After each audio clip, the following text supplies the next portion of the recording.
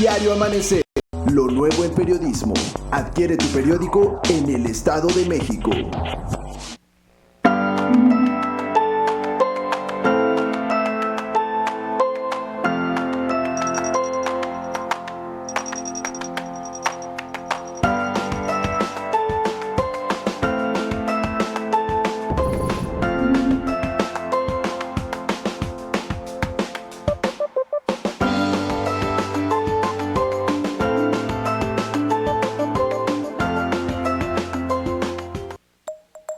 Uno más uno, periodismo crítico y veraz. Adquiérelo en tu puesto de periódicos, brindándote información día con día. Uno más uno, periodismo crítico y veraz. Hola, buenas tardes, amigas y amigos de Cambiando de Tema. Pues vamos a iniciar con toda la información de este día. Y bueno, pues aquí presumiendo nuestro foro, todos los días está más bonito, cada día más bonito. Y bueno, pues aquí no es coincidencia, no nos uniformamos para estar aquí. Es pura coincidencia, los colores en color rojo. Y bueno, pues le enviamos un cordial saludo a nuestro presidente editor, quien el día de hoy pues nos está aquí supervisando, viendo que todo esté perfecto. El día de mañana pues ya arrancamos con todo para pues explotar este maravilloso foro de Uno más Uno, para que usted venga y lo conozca y pues esté enterado de la mejor información todos los días aquí a través de Cambiando de Tema y de todas las plataformas de Uno más Uno nacional. Y el diario Amanecer, por supuesto, en el Estado de México. Y bueno, pues el día de hoy vamos a platicar esta nota que da el presidente todos los días en su conferencia de prensa matutina. Estará con nosotros una invitada muy especial, Marta Patricia Ruiz Anchondo, procuradora social de la Ciudad de México, quien nos hablará de los diferentes temas relacionados con la cultura condominal. Y bueno, pues también está con nosotros Carmelo Galindo, nuestro querido amigo columnista de Uno más Uno, quien escribe todos los martes en la columna de Uno más Uno. Y bueno, pues vamos a un corte y regresamos. No se vaya, estamos aquí con toda la información muy interesante. No se vaya, regresamos.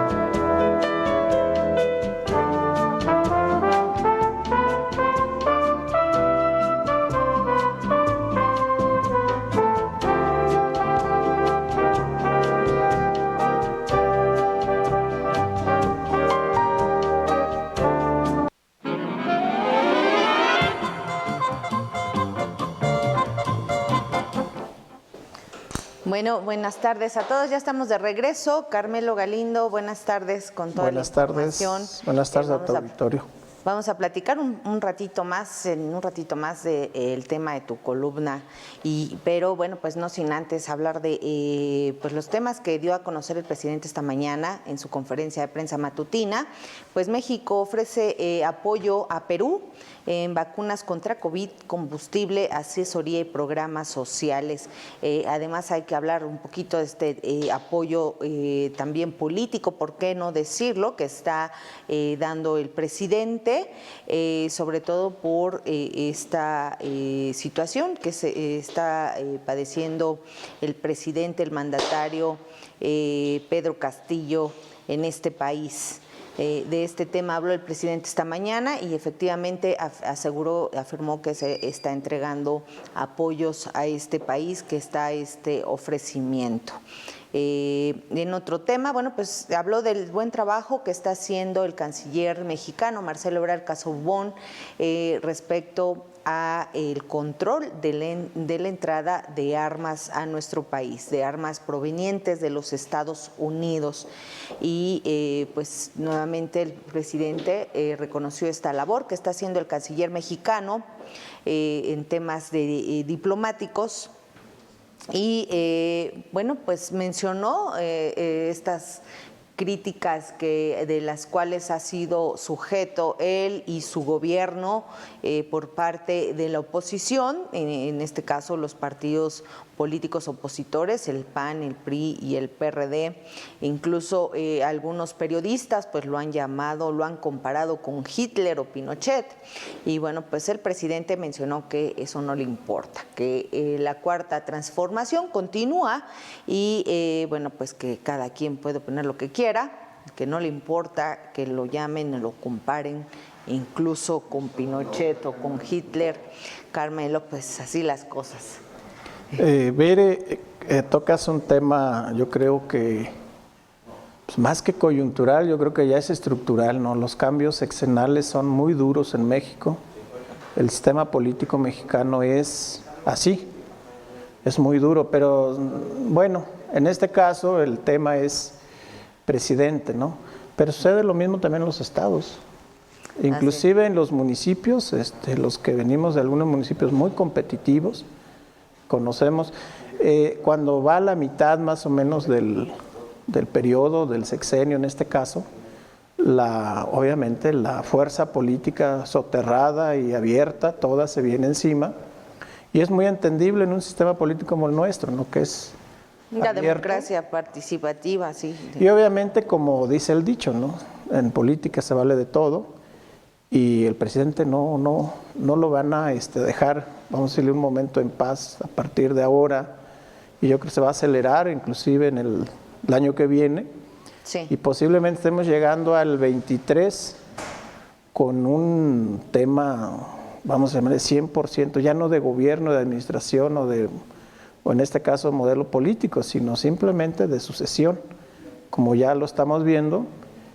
Y no es nada raro, ¿no? En política, te decía, todo se vale, ¿no? Pues habrá quien lo compare, por ahí los del equipo de él o los afines de él, pues lo van a comparar con otros personajes, a lo mejor con Roosevelt, ¿por qué no? Porque está marcando un hito, como él mismo lo dice por ahí en su movimiento de la Cuarta Transformación, donde él mismo describe su modelo como una cuarta revolución mexicana, ¿no? Así es. Comparado con la guerra reforma, obviamente, la independencia, la revolución. Entonces cada quien va a tener ahora sí que sus peones, su baraja para jugar, ¿no? Así es, Carmelo. Bueno, otros de los temas relevantes que tocó esta mañana, pues esta detención de los hijos de Joaquín El Chapo Guzmán, lo cual, bueno, pues calificó el presidente como una prioridad para el gobierno de México para combatir el tráfico de drogas sintéticas en nuestro país. Pues mencionó que al momento han muerto alrededor de 100,000 ciudadanos por el fentanilo. Además, advirtió que pues ya Estados Unidos también está trabajando de manera coordinada con nuestro país para erradicar pues las drogas, este tipo de drogas sintéticas, y pues mencionó que sí, efectivamente Estados Unidos está muy preocupado por esta situación de las drogas.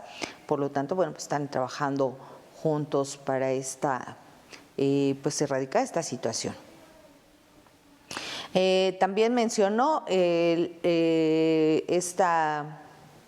pues las declaraciones que hiciera el día de ayer el presidente de la Suprema Corte de Justicia de la Nación, Arturo Saldívar. Recordaremos que el día de ayer rindió pues su informe de labores, donde pues señaló que el combate a la corrupción en el Poder Judicial pues ha sido una prioridad para su gestión.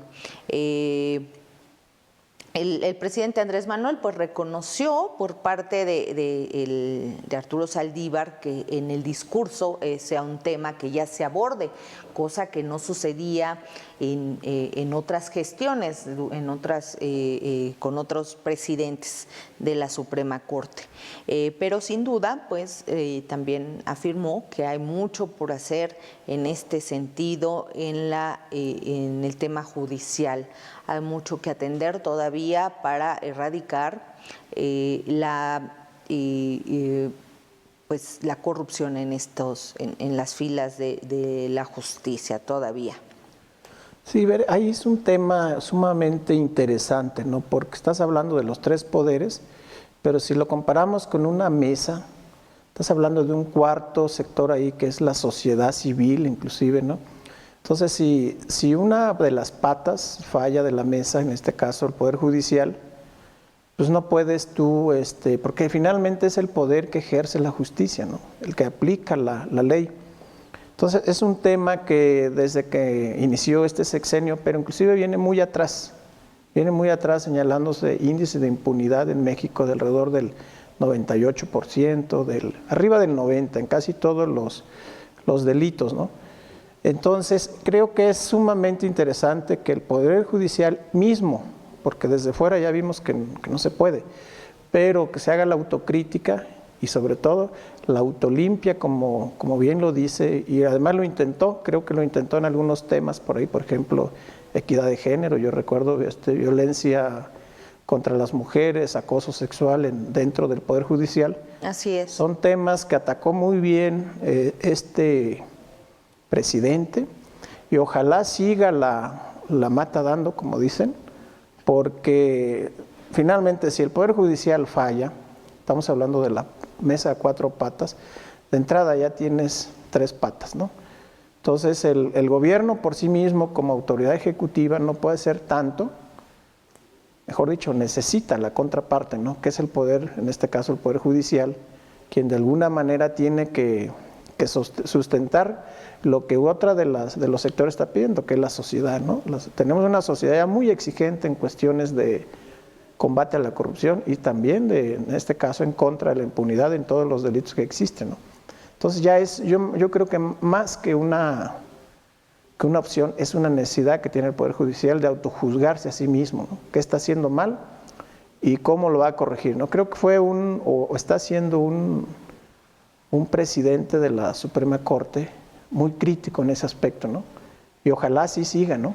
Y necesaria esa crítica, necesaria esa, pues digamos que autocorrección, en el sentido de que, bueno, pues en este país lo hemos visto muchas veces, que no hay una coordinación entre estos poderes, entre el poder judicial y digamos la administración, las administraciones, sobre todo en materia de justicia. La procuración de justicia es un tema muy complicado, ya cuando se trata de impartir justamente justicia, resulta que pues las víctimas no ven claro porque se encuentran ante un panorama totalmente adverso en esta pues falta de sincronía, falta de coordinación y pues en temas de corrupción, por supuesto. Creo que dijiste la palabra clave, es falta de coordinación, ¿no? Porque los poderes pueden estar muy bien hechos, muy bien organizados al interior. En este caso las leyes ahí están, ¿no? El marco judicial ahí se tiene, el marco legislativo, los diputados siguen haciendo leyes, siguen mejorándolas, siguen trabajando en ese tema, el Ejecutivo sigue poniendo a través de diferentes organismos, poniendo el dedo en la llaga, pero volvemos al tema inicial. Si no se coordinan, por ejemplo, en la elaboración de los expedientes, que se hagan mal, como se han venido haciendo, pues tú ves ahí que muchos los agarran, funcionarios y políticos, los han agarrado por corrupción y libres, ¿no? O siguen estando en un limbo todavía, ¿no? Finalmente, antes se decía que porque los delitos de corrupción no estaban tipificados adecuadamente, y ahora simplemente porque no se integran bien los expedientes, ¿no? Entonces es un trabajo, yo creo que muy complicado para el Poder Judicial, pero no tiene otra, le tiene que entrar, la sociedad está sobre de ellos, los poderes dentro de la organización civil, como los medios de comunicación, las organizaciones, los observatorios, están sobre de ellos y tienen acceso a la información. Entonces, creo que es a tiempo y es saludable para este país, ¿no? Así es, Carmelo. Y bueno, por último, el presidente habló también de todas las acciones que está implementando el gobierno federal para combatir el cambio climático, y entre ellas pues habló de estas acciones para reducir la contaminación y enfrentar el cambio climático. Ya ha mencionado en otras ocasiones Sembrando Vida. Recientemente pues se emitió este decreto presidencial para convertir la Sierra de San Miguelito de San Luis Potosí en área natural protegida. Además habló de la disminución en el uso de combustóleo de carbón para producir energía eléctrica. En sustitución, este método se están modernizando turbinas y equipos en centrales hidroeléctricas. Además, mencionó que se está poniendo en marcha el proyecto del parque de energía solar, esto en el estado de Sonora, que será el más grande de América Latina. Y bueno, pues mencionó también que actualmente su administración no está autorizando ni dando concesiones para exploración minera, y también están prohibidos el uso de maíz transgénico y extracción de hidrocarburos por medio de fracking. Y bueno, esto fue lo que mencionó en materia de apoyar justo al medio ambiente, y que no, pues este tema del cambio climático que hoy mundialmente es una preocupación. Es una preocupación la elevación de la temperatura, ahora sí que que se derritan los polos. Es correcto. Mira, yo creo que en el tema del cambio climático, el cuidado de la casa de todos, como quisiéramos, está muy desigual a nivel internacional, ¿no? México se le exige, como a otros países se le está exigiendo en el G20, que entren directo a las energías limpias que ellos le llaman, ¿no? Pero creo que ahí es donde estamos un poquito como en desequilibrio, para hablar un poquito de las asimetrías internacionales. México no aporta más del 1.5% de la contaminación mundial. No llega, exageradamente vamos a decir, llega al 2%. Tenemos un parque vehicular aproximadamente de 40 millones de autos, ¿no? 1 millón de autos nuevos se compran al año, ¿no? Entonces, fíjate nada más el diferencial que tenemos.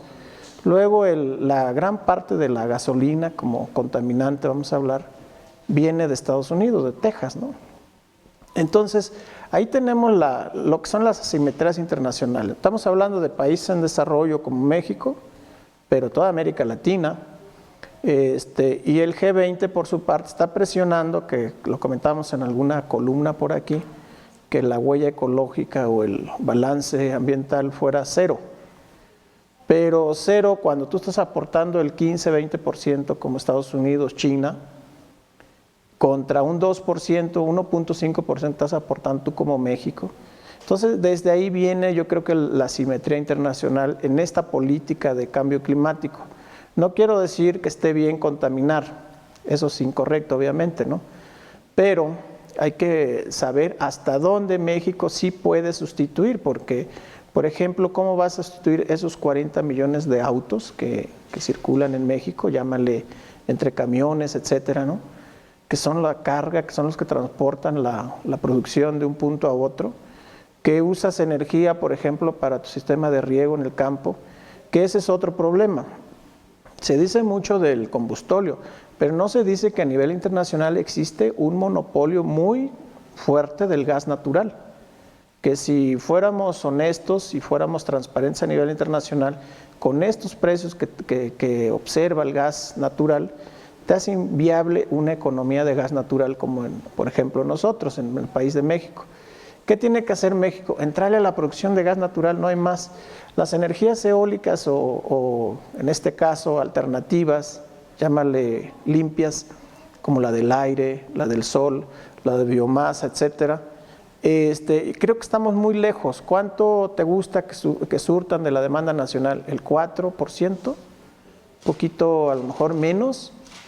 Y luego si tú lo separas por industria, la gran industria pesada, vamos a llamarle la manufactura, la de transformación, la minera, etcétera, sigue funcionando todavía con, ni modo, gasolina, gas natural, etcétera, ¿no? Entonces estamos hablando de una transformación muy compleja y que nos va a llevar muchos años y que además a nivel internacional, te repito, no estamos siendo simétricos. No tenemos la capacidad, en primer lugar no somos responsables en la proporción que lo es Estados Unidos y en este caso China. Y en segundo lugar no podemos seguir las medidas preventivas al ritmo que ellos lo están siguiendo. Entonces vamos a ser honestos, nuestro país tiene que ir a su ritmo. Ahorita esto lo vas a empatar con la reforma de energía eléctrica, que por ahí es donde le están golpeando a nuestro país, con una visión, vamos a llamarle sesgada a nivel internacional, y de todas maneras le vamos a tener que entrar. Pero te repito, ¿vas a sustituir con qué? ¿Gas natural o energía eólica, o energía solar, o energía de biomasa, que prácticamente esta tercera vía la tenemos prácticamente en cero? Y la otra, la hidráulica o la mini hidráulica, que podríamos llamarle, también está en escaso desarrollo, ¿no? Entonces es un esfuerzo gigantesco, difícilmente le vamos a entrar, yo creo que en los próximos 10 años, ¿no? Aunque cambies de gobierno, el que venga, así ponle tú que pierda la 4T y gane otro gobierno, es casi imposible por el tamaño de los costos que estamos hablando. Es más costosa el gas natural, digamos. No tanto que sea más costoso, el problema es que los países desarrollados como Estados Unidos monopolizaron la industria. Entonces tú puedes tener gas natural para explotar en México, como tenemos minería, como tenemos bastante gas natural, pero si no tenemos la industria nacional, tienes que importarlo a Estados Unidos. Entonces, en términos económicos, ellos están usando el medio ambiente como una medida de presión para que tú les sigas demandando sus productos, ¿no? Que esto lo debemos ver como país y sobre todo con los que hacen las leyes. Deben ver, a ver por qué me presionan para que yo entre las energías limpias de una medida acelerada y que reforme yo mis leyes internas para que empiece yo a castigar, multar, ejemplo, el uso de combustóleos, etcétera. Entonces todo eso lo tengo que analizar, ¿no? Y nosotros hacer, o México, que vaya invirtiendo, desde luego, en la medida de lo posible. Ya te comentaba ahorita 4 alternativas: hidráulica o la mini hidráulica, biomasa, eólica y obviamente la solar. No, claro, Carmelo. Bueno, pues esta es la información que dio el presidente esta mañana. Vamos a continuar con toda la información del día de hoy, Carmelo, antes de recibir a nuestra invitada. Bueno, vamos a hablar un poquito de la Universidad Autónoma del Estado de México. Fíjate que pues nos comenta nuestra directora general, la doctora Karina Rocha, quien también está muy pendiente de todos estos temas en el Estado de México. Bueno, pues que a 7 meses de que el rector de esta máxima casa de estudios, Carlos Eduardo Barrera Díaz, pues tomara posesión de esta institución, pues resulta que se encuentra pues como en todas las instituciones educativas, me parece que en el país, con un tema urgente de solicitar los recursos económicos, pues sobre todo al Congreso del Estado de México, para que autorice el presupuesto que él ha solicitado y bueno, pues que será para beneficio de los universitarios. Y bueno, pues el gabinete del rector tendrá pues que trabajar muy duramente, muy fuertemente estos meses, sobre todo para no perder estos recursos con los que ya se cuentan y sobre todo pues también necesitan pues la participación de los propios, de la propia comunidad estudiantil, pues para mejorar las condiciones de esta casa de estudios y sobre todo pues que estos recursos puedan ser solicitados de manera correcta. Es un tema que viene siendo recurrente y bueno, en el Estado de México no es la excepción, el tema de los recursos para las universidades públicas y en este caso pues ya al Congreso del Estado de México pues le corresponde la aprobación de un presupuesto digno para esta universidad. Fíjate que todas las universidades a nivel nacional, las autónomas, tienen serios problemas de financiamiento en el país, ¿no? Algunas han sido pues abusadas también, hay que decirlo por su nombre, por los sindicatos, pero sobre todo por estas agrupaciones que se han formado al interior de las universidades con fines políticos. Por ejemplo, te voy a mencionar la de Sinaloa, que de ahí surge el partido Paz, que prácticamente su sustento es la universidad. Entonces, en cuanto a presupuestos, nunca le van a alcanzar de esta manera, ¿no? Por un lado, ¿no? Ahora la otra, también es cierto que la educación ha venido sufriendo presiones estoy hablando de la educación universitaria, ¿no? Ha venido sufriendo presiones también de una competencia, entra un modelo de competencia educativo con el sector privado, con las universidades. Pues no quiero llamarle patito, ¿no? Pero hay muchas universidades ahorita que soltó precisamente, yo creo que hace unos 20 años para acá, que en el modelo neoliberal, donde prácticamente están compitiendo con las universidades públicas sin tener la misma infraestructura que tiene una universidad pública, obviamente, porque son muy costosas. Y en el caso de los presupuestos, nunca les alcanzan a las universidades públicas. ¿Por qué? Porque no han buscado la manera también de buscar otros fondos. Por ejemplo, hace unos días por ahí estamos comentando, ¿qué pasaría, por ejemplo, si la UNAM entrara a los programas públicos estoy hablando de trabajo, claro, tienen que buscarse los métodos, la forma, por ejemplo, hacer algunas funciones que hace el INE, que tiene muchísimo dinero el INE, ¿no? Pero ¿por qué no las universidades hacen algunas funciones, por ejemplo, ¿no? Pero también puede ser la transparencia en este caso de información que se le pide al sector público, donde las universidades tienen, por ejemplo, la UNAM tiene una infraestructura nacional, el Politécnico, la UAM, y no hacen este tipo de trabajo cuando el mismo gobierno está siendo superado en este caso por la demanda de los servicios, ¿no? Entonces yo creo que hay que pensar muy bien el modelo educativo que tenemos a nivel universitario con otro fin, porque luego tú sales de la universidad y resulta que no encuentras trabajo, que no sabes dónde vas a ofrecer tu servicio, dónde vas a laborar, porque no tienes la experiencia, ¿no? Entonces yo creo que el modelo educativo como está tiene que revisarse y si no vamos a seguir teniendo estos problemas como el que tú comentas, presupuestales, pero no nada más del Estado de México, que ojalá superen rápido esta transición y que yo creo que lo van a hacer porque finalmente todos los gobiernos estatales tienen la responsabilidad con sus universidades, ¿no? Entonces, ahí yo creo que es un tema más de fondo, un tema estructural, no coyuntural, más bien es estructural que se viene arrastrando desde hace muchos años para acá, ¿no? Pues sí, Carmelo, pues así las cosas, la Universidad Autónoma del Estado de México, pues está ahora sí que esperando los recursos necesarios para poder pues darle una educación digna a la población estudiantil en el Estado de México. Ojalá que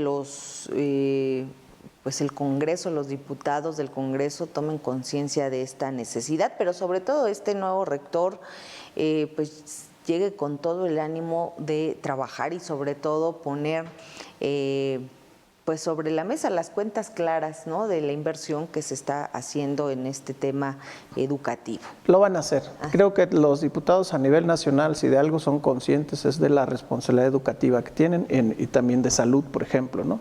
Creo que a nivel nacional existe entre los legisladores locales, existe como una coincidencia, ¿no?, donde los temas de salud, seguridad, educación, los tienen como prioridad, ¿no? Entonces, yo creo que es cuestión de tiempo y van a salir adelante en este caso la Universidad del Estado de México. Sí, bueno, Carmelo, vamos a un pequeño corte y regresamos pues con tu tema, con el tema de la que obedeció a tu columna de este martes, ¿te parece? Muy bien, muchas gracias.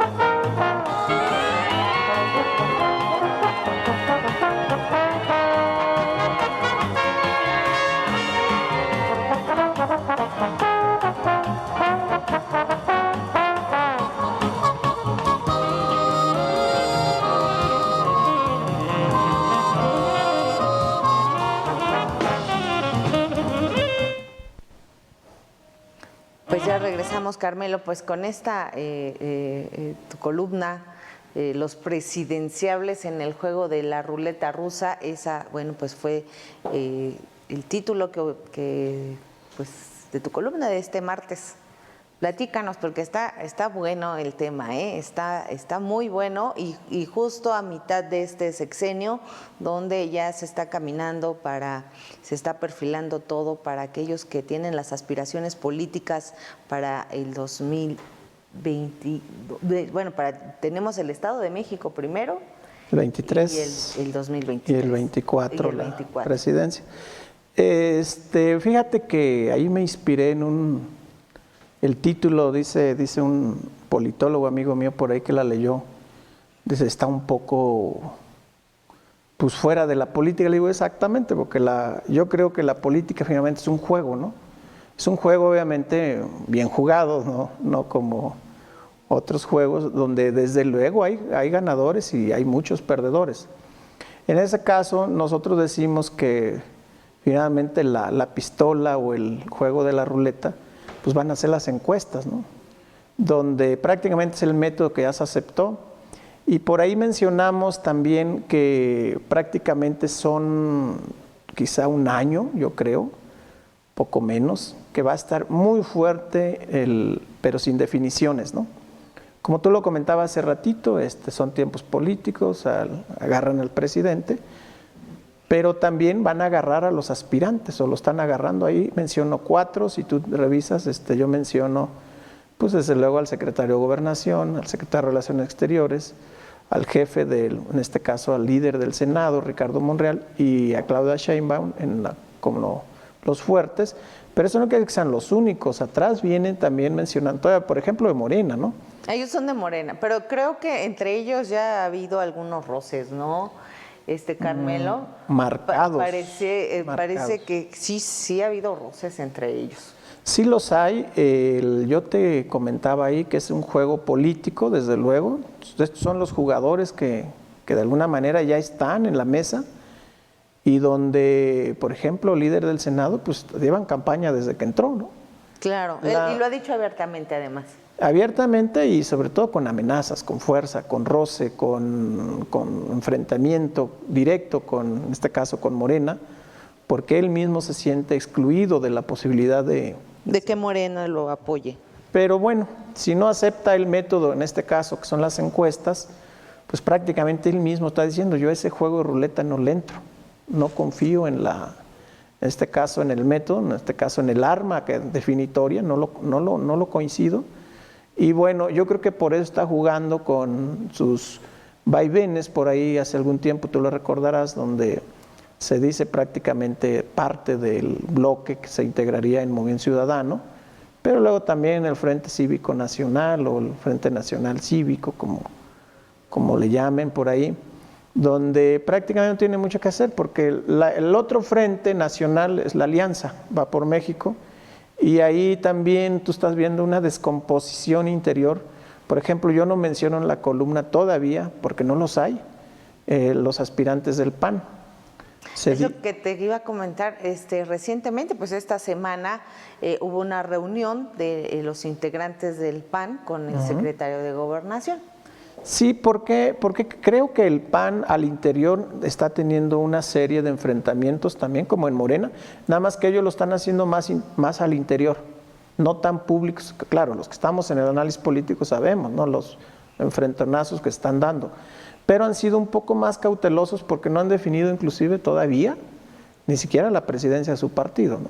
Aunque ya sabemos que es prácticamente un hecho que va a seguir al frente Marco Cortés, pero todavía al interior los grupos no están convencidos, pero tampoco lo están en el PRI.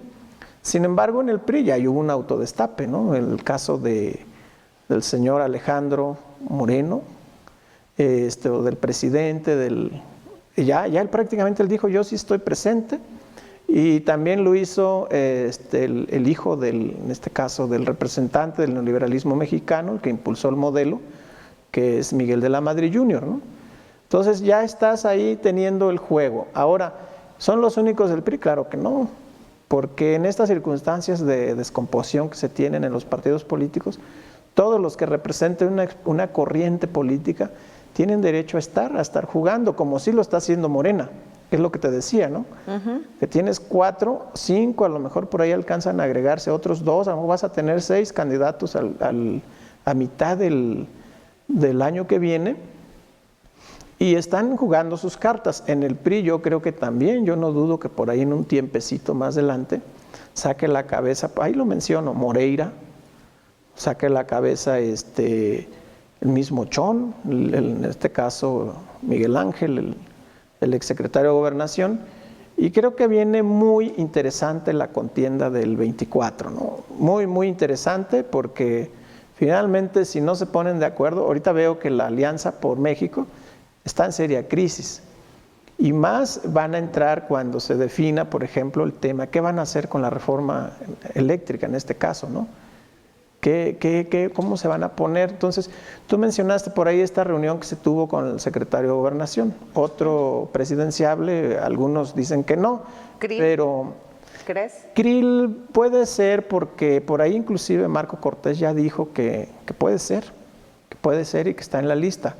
Sin embargo, yo veo un Krill como más aterrado, un poco más sentado en la realidad, ¿no?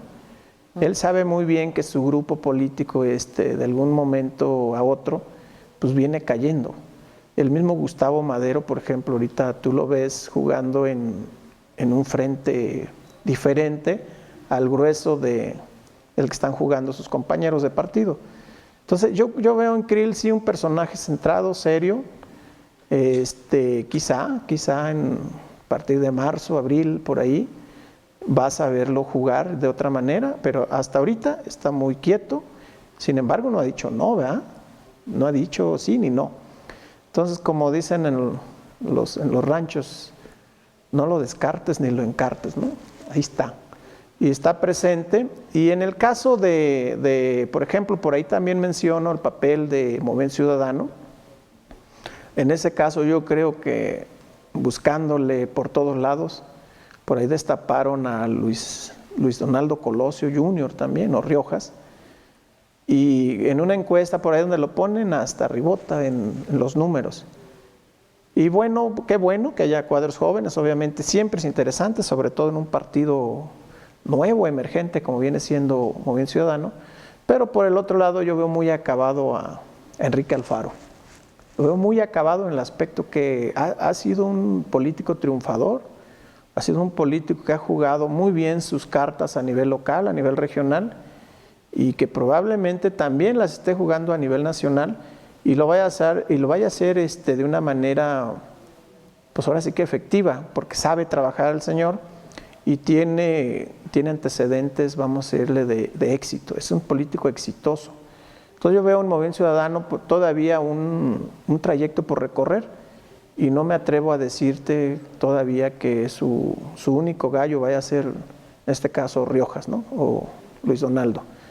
Creo que indudablemente, además, sus méritos, su trabajo político, su trabajo operativo, colocan muy rápido y muy al frente en el caso de el gobernador actual de Jalisco. Sí, aunque, bueno, pues la verdad no le ha ido muy bien tampoco al gobernador, ¿no? Bueno, a nivel nacional ha tenido temas ahí graves. Es un estado sumamente complicado, tú sabes lo que representa gobernar Jalisco, yo creo que es el estado más complicado a nivel nacional para gobernarlo, por obvias razones, lo que representa, lo que está metido en juego, pero también tú búscale por ahí esos proyectos que está lanzando, por ejemplo, Red Jalisco. Es un proyecto muy alineado, muy actualizado al modelo mundial. Entonces, te estoy hablando que es un político estratégico, es un político que conoce y sabe cómo moverse. Y tú lo viste por ahí al inicio de su sexenio, cuando tuvo sus enfrentamientos con el gobierno federal. Directamente con el presidente. Directo. Ajá. Y entró y salió. O sea, es un tipo que conoce la arena política, es un tipo, yo decía hace un rato, es un político acabado, ¿no? A pesar de ser joven, sí. Y no es que yo le vaya en este caso, Enrique Alfaro. Es tu gallo. Que puede decir que es mi gallo. No. Simplemente conozco su carrera política desde que compitió, por ejemplo, a gobernador con Aristóteles Sandoval, pero desde antes, cuando fue alcalde de Tlajumulco, otro municipio sumamente complicado, y después de Guadalajara. Simplemente imagínate pasar de esos 3 puestos que ha jugado, que ha ganado, y además los ha ganado abrumadoramente, ¿no? Entonces tienes ahí un modelo interesante, que es el caso de Alfaro, y por otro lado está jugando, si tú te revisas bien, quiénes representan al Movimiento Ciudadano en la Cámara de Diputados, quiénes son, y en el Senado de la República, quiénes son, y vinculados a quién están. Entonces, de entrada, tú te das una idea. Alfaro ha jugado sus cartas y las ha puesto en lugares estratégicos, y yo no te estoy diciendo que lo vaya a hacer, porque todavía no sabemos inclusive si Movimiento Ciudadano se defina por una alianza al final del camino, ¿no? Pero de que va a estar en las contiendas, lo va a estar, ¿no? Por otro lado, ahí te mencionaba por ahí en la columna, por ejemplo, el papel de Claudia Sheinbaum. Sheinbaum, para mí, en lo personal, como analista político, te digo que todavía pesa mucho la derrota de la Ciudad de México. Todavía, mucho, a tal grado de que inclusive por ahí los analistas en lo corto dicen todavía que si uno de los estados está complicado para ganarlo en el 24 por Morena, es en la Ciudad de México, ¿no? Claro, me va a decir el Estado de México también, claro, porque hay un efecto rebote, retroalimentación en el caso del Estado de México y la Ciudad de México. Pero yo creo sinceramente que si tú te fijas, vamos a entrar en acciones, por ejemplo.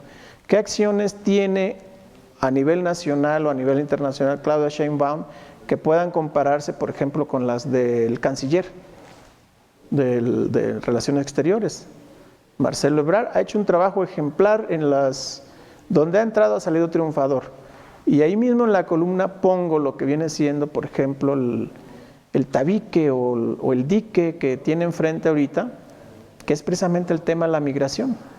Sumamente complicado, es un tema. ¿Y ha salido bien librado? Yo creo que falta tiempo, no creo que tengamos herramientas ahorita para evaluar esos resultados, pero al revés, yo creo que el tema migratorio es un fenómeno como tal, muy complicado, muy difícil a nivel internacional, a nivel nacional, y creo que lo que debe hacer en este caso, yo no soy quien para decir lo que debe hacer, pero a mi punto de vista es un tema que no debe absorber solo en este caso Relaciones Exteriores o el canciller. ¿Por qué? Porque es tan complicado, estás hablando de seres humanos, estás hablando de temas fronterizos, estás hablando de derechos humanos y estás hablando del foco internacional. Todo el mundo tiene los ojos en México por ese tema. Bueno, por otros también, con narcotráfico, ¿no? No, pero además con esta postura que ha adoptado el presidente Andrés Manuel López Obrador de echarse para adelante ante estos organismos internacionales, ponerse al frente de ciertas propuestas, pues sí, es normal y natural que, como dices, pues todos los ojos del mundo estén en ahí, México. estén Ajá. ahí. Sin embargo, te repito, creo que a nivel en Morena, así como ahorita comentamos del gobernador Jalisco, en Morena, pues obviamente el rival a vencer sigue siendo todavía ahorita por las encuestas, por los números que están ahí. Pues tú revisas algunas encuestas por ahí como la encuesta de Arias, que está, por ejemplo, en 30 y tantos, ¿no?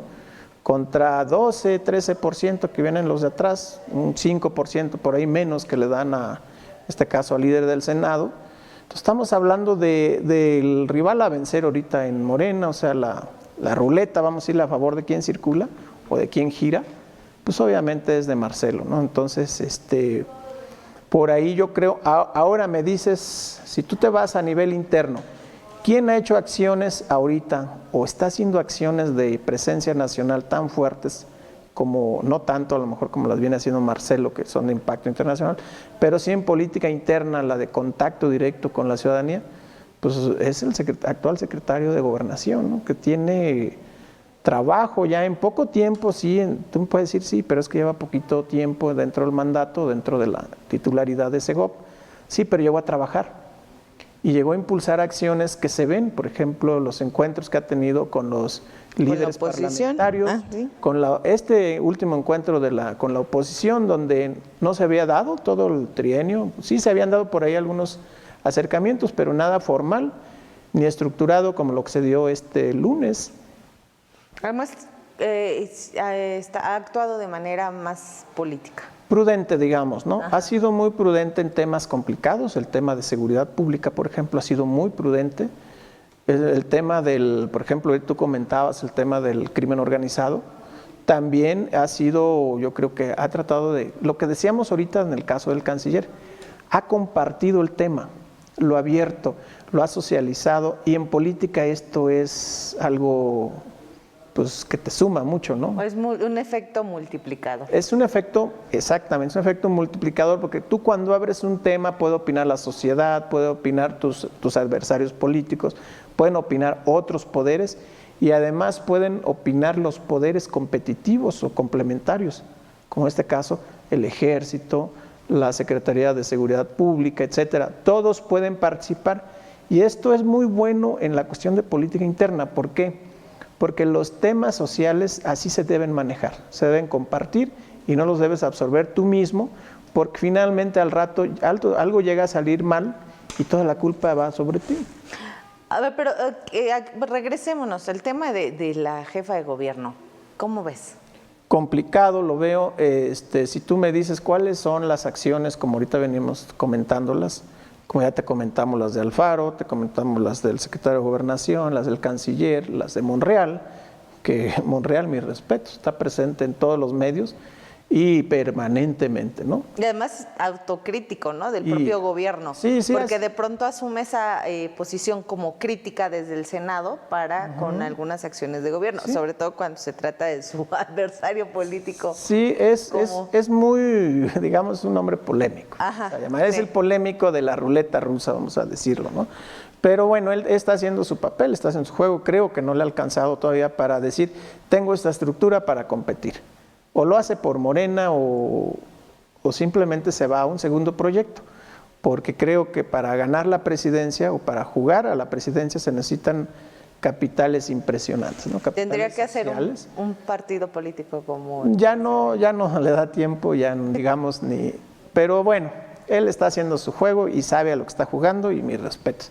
Pero ahora vamos en el caso de Claudia, ¿no? Por ahí yo puse las 3 acciones prácticamente que está haciendo, que tú las ves, ¿no? 1, reuniones con las gobernadoras entrantes y inclusive de la oposición, porque por ahí tú ves el papel de la gobernadora de Chihuahua, de Maru, y está haciendo su presencia también dentro del equipo de Claudia, o mejor dicho, en los eventos. La otra gran acción que se le ve, pues es su presencia en los eventos oficiales, sobre todo el presidente, ¿no? Sí.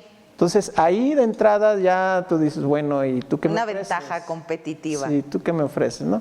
Sí. Y la tercera acción que yo veo que está haciendo es más publicitaria dentro tratando de reorganizar un poquito lo que es la clase política en la Ciudad de México. creo que está muy temerosa todavía, no se ha superado el impacto de la derrota de las intermedias. Pero también tuvo que ver con muchos factores, ¿no? El línea 12, bueno, una serie de elementos ahí. Muchos factores, cuando dicen que la derrota, como dicen, tiene muchas, la derrota tiene muchos padres. Muchos progenitores, ¿no? Y las victorias. Y las victorias son de todos, ¿por qué? No, al revés, ¿no? Sí, es al revés.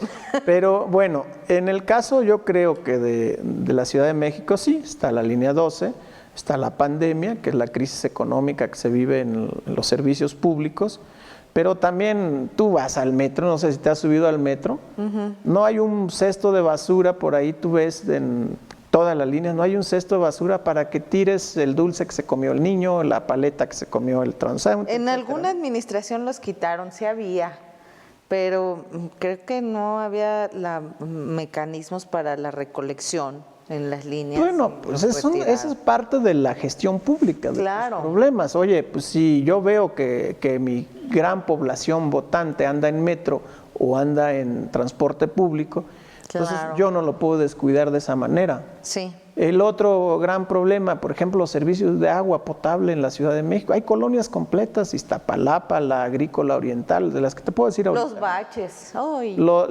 Tú vas circulando, etcétera, ¿no? No es tanto, fíjate, la inseguridad, hasta eso yo camino mucho la Ciudad de México y no veo tantos problemas de inseguridad como normalmente se dice. Quizá los haya a lo mejor en los barrios populares, en las colonias populares, no lo veo tan... En el Estado de México sí, no nos va a dejar mentir nuestra directora general. Bueno, la quizá... inseguridad es el tema en el Estado de México, pero en el caso de la Ciudad de México sí tienes razón, Carmelo, no es el caso. Al menos no se ve tanto, a lo mejor sí hay una inseguridad, pero a lo mejor es un tipo de inseguridad más controlable. Está controlada. Por células, como tú le quieras llamar, ¿no? Sí. Pero de ahí en fuera lo que es los servicios públicos, estos que te comenté, recolección de basura, por ahí dicen las colonias populares, pasa una vez por semana el camión, no puede ser.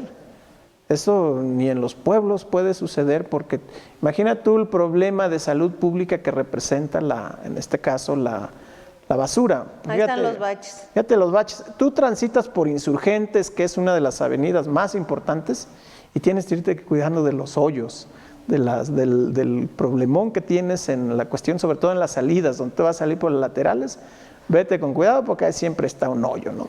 Entonces, es un problema yo creo que es de gestión pública el problema de Claudia, y eso le va a pesar mucho, sobre todo, quizá a nivel nacional, obviamente que no, pero sí en los citadinos, ¿no? Entonces, todavía ese impacto de gestión pública o de ejercicio del servicio público, yo creo que le sigue pesando.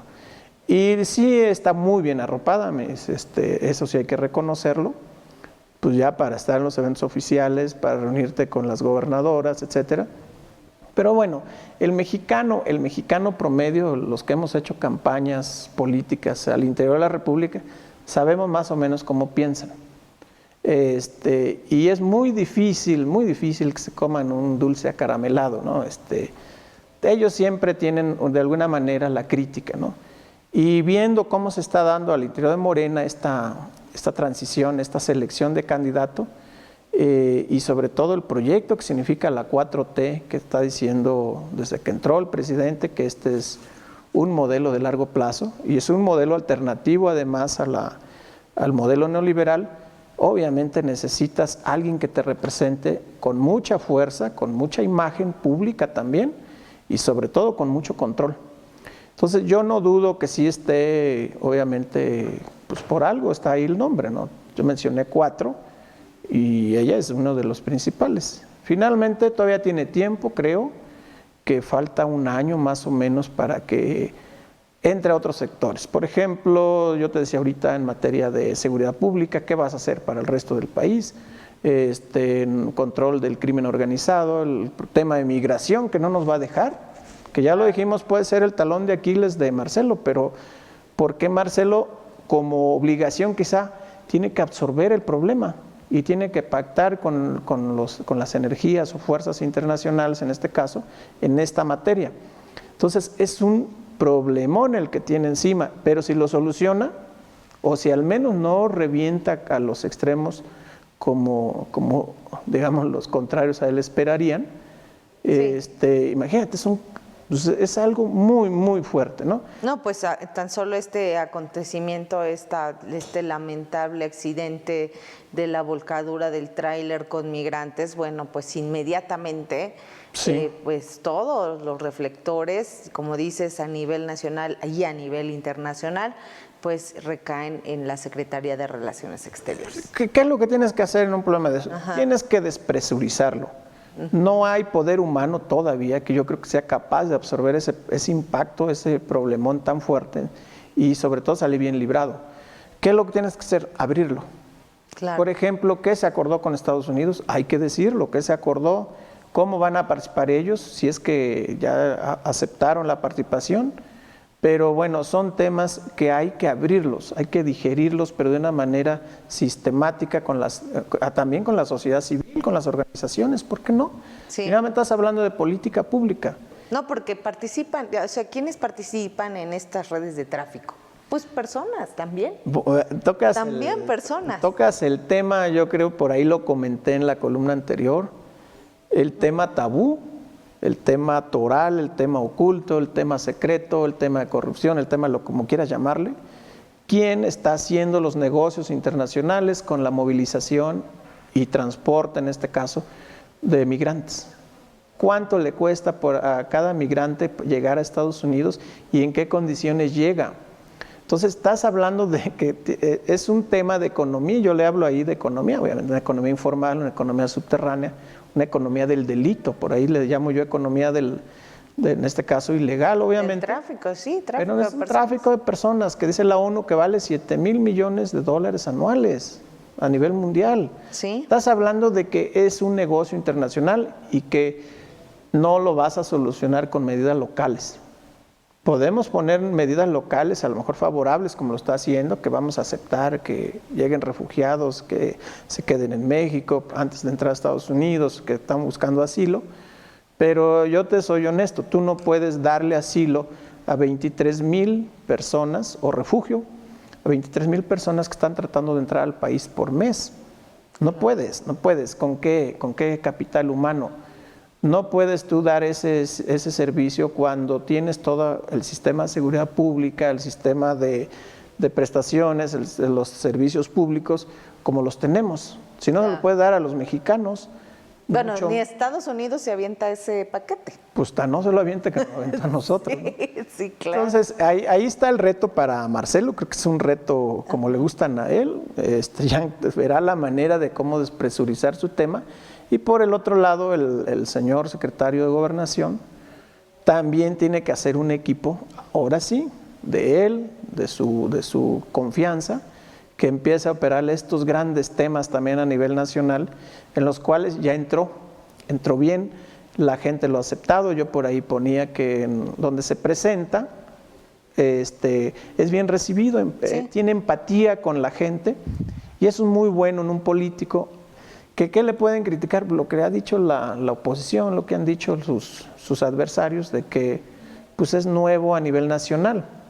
Sí, puedes decir eso, pero está llegando a una de las secretarías más importantes y que tiene estructura nacional y que tiene que resolver problemas nacionales también, ¿no? Entonces, también es un reto enorme. Y que también tiene ahorita los migrantes allá afuera, ¿no? Claro, porque el tema de migración, finalmente, lo que te decía, Relaciones Exteriores no lo puede absorber, pero tampoco Segov.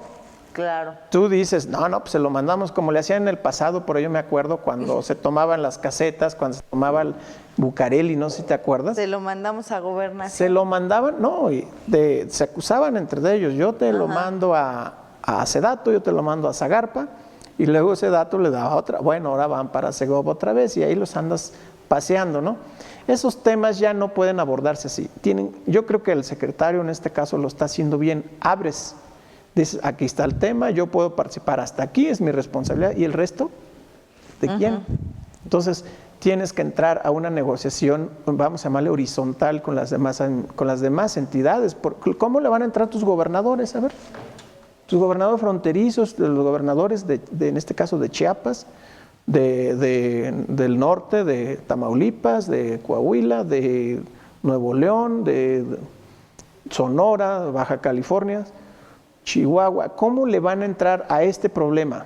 Porque ya vino en este caso el embajador y se reunió con los del sureste. ¿Qué les fue a prometer o a pedir? No sé. Bueno, Carmelo, ya se nos fue el tiempo, fíjate, ya se nos fue volando, como siempre, con esta grata conversación. A ver, para concluir, ¿quiénes son los presidenciables y cómo crees que arranque? De manera muy rápida. Yo creo que está el de Segov, obviamente, va a estar Marcelo, yo creo que va a estar Claudia, y yo creo que hasta el último va a estar Monreal también. No se va a bajar del macho, aunque él diga que sí. Yo creo que no se baja porque además no le conviene bajarse, ¿no?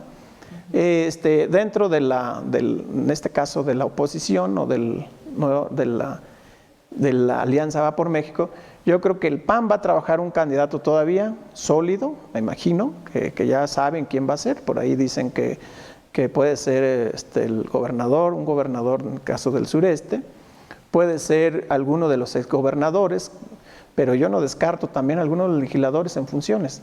Entonces puede estar muy interesante este juego entre ellos, y yo veo en el PRI también por ahí que se va a arreciar la división, en el caso ahorita del grupo pro Alito o pro Alejandro, y los contras, ¿no? Y veo también la posición de la parte neoliberal que representa en este caso el hijo de Miguel de la Madrid, también haciendo su esfuerzo. Sin embargo, lo veo un poco como va a terminar ahorcado, yo creo, ¿no? Por estas dos otras fuerzas que me parecen muy interesantes, ¿no? Entonces, el tiempo político, me vas a preguntar el PRD, bueno, el PRD yo creo que no. No, difícilmente. No tiene mucho. Y por el otro lado, Movimiento Ciudadano, yo veo un Enrique Alfaro mucho más activo arrancando el 22. Y además hay que ver todavía cómo acaba esta coalición después de la reforma eléctrica. Pues ¿no? Más bien a ver si llega. Así es. Sí, pero bueno, ya lo tienes en la mesa y yo creo que la reforma eléctrica finalmente va a ser uno de los pivotes en la campaña, ¿no? O dentro de la precampaña. Pues ya con esto nos despedimos. Muchas gracias a todo nuestro auditorio que nos sigue a través de las redes sociales y de el sitio web de 1+1.mx. Y pues muchas gracias, Marcelo. Carmelo, nos vemos Carmelo, nos vemos la próxima semana. Muchas gracias y estamos a la orden y vamos a ver cómo arranca el 22. Muy bien. En temas políticos y obviamente en temas sociales también. Gracias.